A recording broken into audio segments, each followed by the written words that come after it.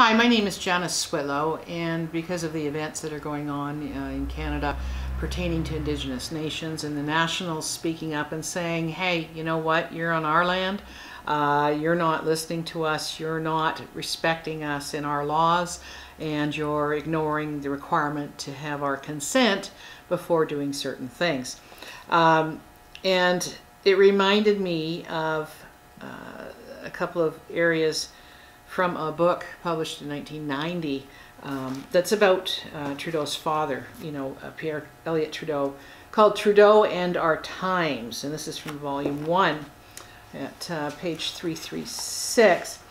And this is at a time when Pierre Elliott Trudeau was proposing the repatriation of the Constitution and what ultimately became the Constitution Act 1982. So this is just right before leading up to that.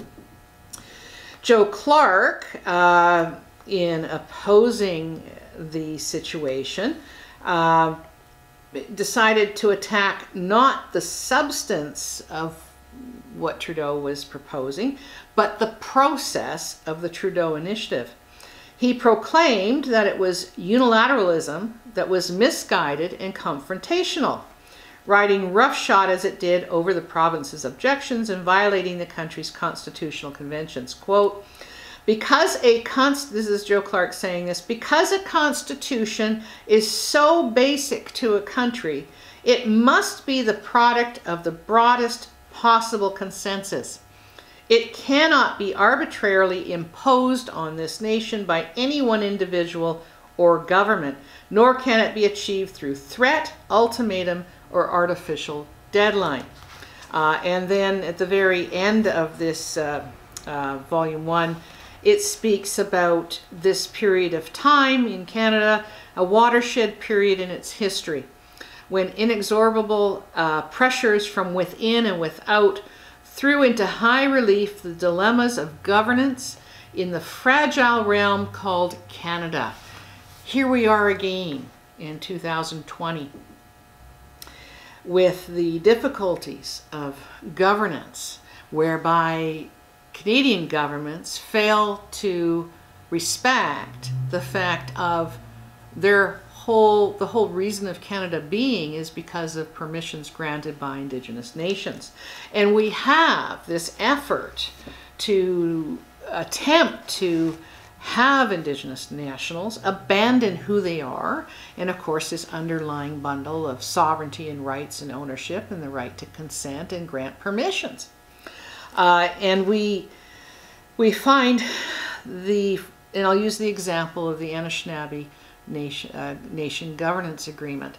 The people being asked to vote, not even being provided a copy of the full agreement, just provided with a summary that's really a promo item.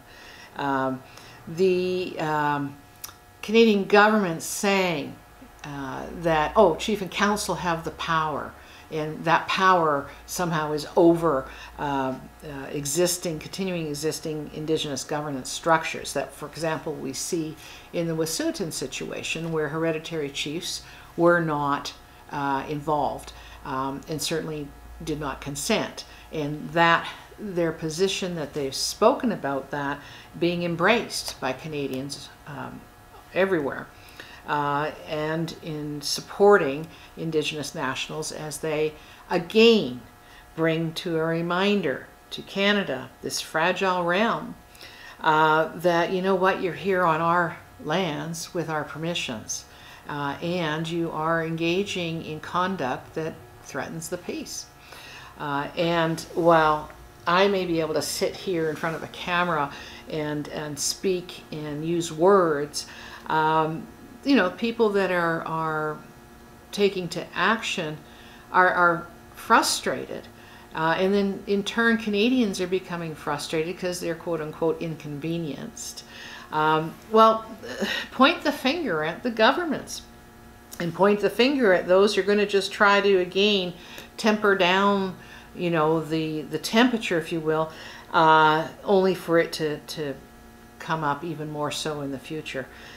So the kinds of concepts that are common and critical to any democracy, Canada continues to deny that those very rights exist for Indigenous nationals. Why?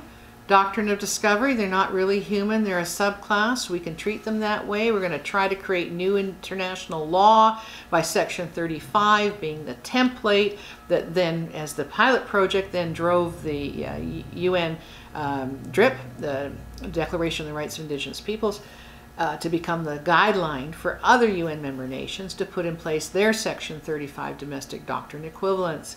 That way, you know, we can deny these things that we, you know, that's 1990 when a leader of opposition is saying, hey, you know, these are fundamental, our Constitution, you can't just change that. Well, yeah, these are Indigenous nations that have constitutions that have existed for thousands of years.